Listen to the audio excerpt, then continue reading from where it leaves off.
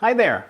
In this video, we'll be covering how to research family history. There is so much information out there already, right at your fingertips. You just need to know where to find it. I've spent the past 2 decades researching family stories, and I've helped to write 6 family history books. They can be so meaningful to learn more information about your family. By the end of this video, you'll learn some of the best resources you can find and lean on for family research. The 2 online databases that would be perfect for you, and why a book is so powerful in helping you document your family story.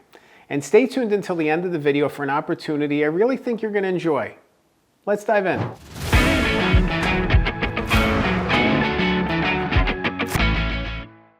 There's power in telling our stories. There's power in understanding who came before us, the challenges they encountered, the obstacles they overcame, the tragedies and triumphs of their lives. I think looking back is so important because we can see how the scope of their lives played out. When people have passed away, we have the opportunity to look back on everything. And it's just so meaningful to be able to connect the dots and see how the decisions made 50 or 100 years ago, 20 years ago, whatever the case may be, impact and factor into the life that people are living today. That there's very clear, distinct points that connect all together.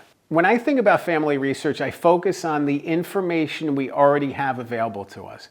Are there family stories that have already been written? Are there books? Are there church directories? Are there community directories? There's so many things that have already been written and published or saved or preserved. Maybe diaries that someone is passing along, something. You know, it's so valuable when we can take stock in what's already available to us. When we can really figure out what's already there. Instead of trying to recreate, we can look at what's already there. So the first step is really taking stock in what's there, whether in your house, in your family's resources and possessions, you know, even in libraries or community groups. There's so many ways that that can play out, but it's so important to really tap into what already exists. Libraries can be really helpful in this regard, and it's so meaningful to really take the time to check that, because you don't know sometimes what was done. A lot of times I look at city directories, city records. There will be cities that will put out history books about their entire story. Yeah, I've been doing research lately for a project involving the town of Nutley, New Jersey, which was famously referenced in a Saturday Night Live skit, Derek Jeter's Taco Hole, in the 1990s.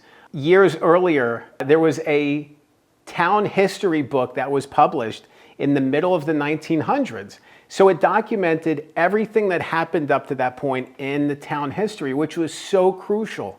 You know, those resources can be so meaningful to understand how the story all fits together, how the pieces all fit, the context in which our relatives lived. So when we think about, you know, the family stories, it's so important to be able to understand the bigger stories, the town stories, the county stories, the state stories, the community stories, the culture stories.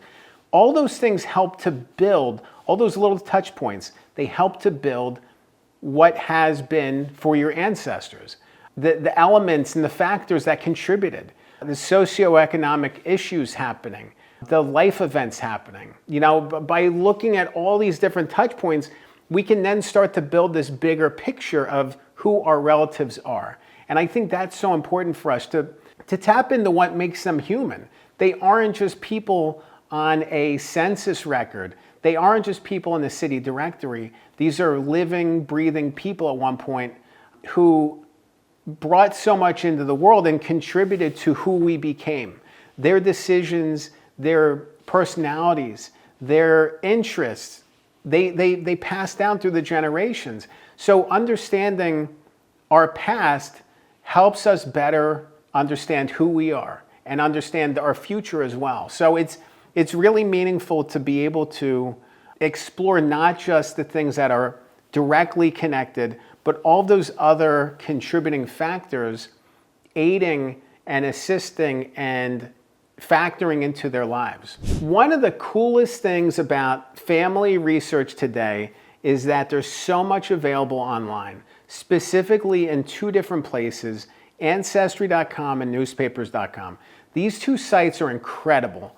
I've been subscribing to both of them for years. I think they're both wonderful. They're such important resources. There's so much you can find from both of them. Census records, living records, birth records, death records, all the little things that happen in our lives, yearbooks, school yearbooks. There's so much out there. There's so much that is at our fingertips. And a lot of times we overlook it. We don't think about it, you know? You can actually find family trees on Ancestry. Sometimes people connect the dots on family trees, which is really cool. Newspapers.com is neat because it has access to so many different archival and old newspapers. These are things that have not been digitized before. These are things that otherwise you'd have to go to the library and go through microfilm or microfiche. Nowadays, you can literally go online, search for a term, and find everywhere that it's listed in a matter of seconds. It is a game changer. It is awesome, and it is so, so, so important for ancestry research. Interviewing is such an important skill in the family research process. You've got to interview other people in your family. You want to incorporate multiple points of view and perspectives. No matter if you are the person telling the story or somebody else's, you want to triangulate everybody's responses, everybody's perspectives, everybody's ideas, because otherwise it can feel flat and limiting if you only have one viewpoint being told. You want to have multiple viewpoints. You want to better tap into everybody's collective. It's, you know, bringing that hive mind feel. There's a show called Pluribus that recently came out with Ray Seahorn in it, and it's all about this hive mind. Really interesting show, and it makes me think of this in a way of like, you want to get the right story from everybody. You want to make sure that the key players are all involved, and you want to be able to document these stories from the people in your family, the people who have come before you, the people who are holding on to these stories, the people who are here when they can remember these things. You don't want these stories to die with people when they pass away. You want them to live on, and you want to preserve these stories forever for future generations because these stories matter. And it's not enough just to pass them down verbally. You know, it's too easy to lose the stories that way. You want to document them in the moment when you can, which is why it's great to be able to sit down with somebody, hitting record on the audio or the video, and capture that story and capture them telling it. Because the stories come through so vividly when we tell them. You know, it's so flat when you read about it. You know, oh, this is in a newspaper article. It's flat. You want these stories to be vivid and real. And a lot of times when people tell these stories and have fun telling them, tell them in the most engaging way, that's when it really comes through. That's what you want to capture. You want to capture that element, that interview style, that conversational tone. You want that. You don't want this just to be flat and boring, because it doesn't need to be. It can be so vivid and so rich and so full of life. The past is so enriching, and by bringing out those vivid details, those sensory details, by leaning into those things, the descriptions, you know, you want to know what the house looked like back then. It matters. What kind of paint did they use? What kind of siding did they use? What did the yard look like? What did the car look like? What did the mailbox look like? What did the dining room table look like?